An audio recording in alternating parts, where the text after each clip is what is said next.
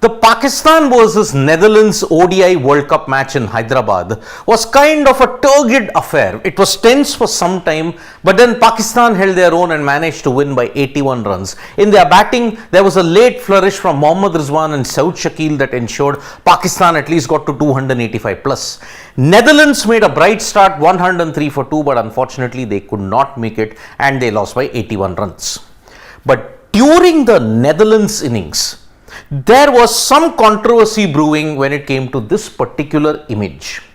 If you can highlight this, Pawan, if it's full frame, this particular boundary has been displaced and you're seeing that this white line is an indication. This white line is normally drawn so that this is where the boundary is. But at that time you saw that the boundary was moved and for 30 minutes that boundary was not moved back to its original place. The fielder who was standing there, I think this is Fakhar Zaman or Iftikhar Ahmed, we are not sure of that. Even he was not sure of where the boundary was. Now that could have developed into a massive controversy had it not been corrected. For 30 minutes, this boundary was away from its original position that was there. Now, if a ball had been hit there and it had gone past the white line but not touched the boundary ropes, what was the rule? Would a controversy and a major confusion would have ensued had the ball been hit there. So, supposing the ball had crossed the white line but it didn't touch the boundary hoardings, would it have been signalled a 4? Or if it had gone over the white line but just below this, would it have been signalled a 4 or a 6? Well, the rules are clear, rule 19.3.1 and 19.3.1.2, because what was the situation?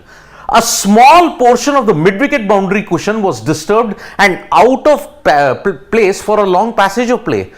Long passage of play, 30 minutes. For 30 minutes, neither the officials, neither the Pakistan fielders spotted that the boundary was out of its place.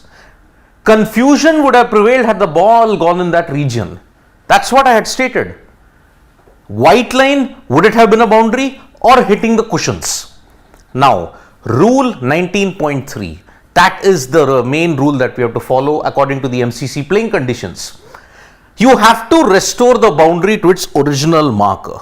That was why the white line is there. The white line is created so that you know where is the boundary indicator. So, if a solid object used to mark the boundary is disturbed for any reason, then 19.3.1 states the boundary shall be considered to be in its original position, meaning the white line. So, supposing had the ball gone over the white line but had fallen just in front of the cushions, it would have been signalled a 6. 19.3.2 also, it states, the object shall be returned to its original position as soon as it is practicable. If play is taking place, this shall be as soon as the ball is dead. But for 30 minutes, the umpires, neither the officials, neither the fielders saw that the boundary was off place. What were Pakistan doing? Why didn't any of the fielders alert that the boundary was off the place? The umpires could have taken 1-2 minutes to just restore the boundary back to its original place. Why didn't Pakistan make it aware? Why didn't Pakistan say to the umpires that please restore the boundary to its original position? Had they been batting, they would have not raised that issue.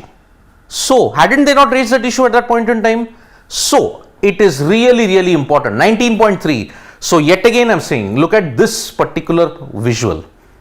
If the ball had crossed the white line, over the white line, or if it was stopped here, in between the white line and the cushions where it is, it would have been a boundary or a 6.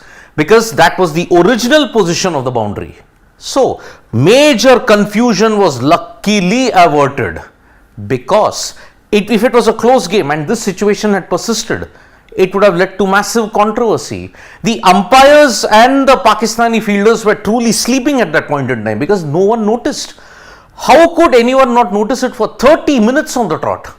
That is the major problem. We hope that the umpires are really aware of this situation and that they just do not create any kind of confusion, because the last thing that this ODI World Cup needs is confusion on the field of play.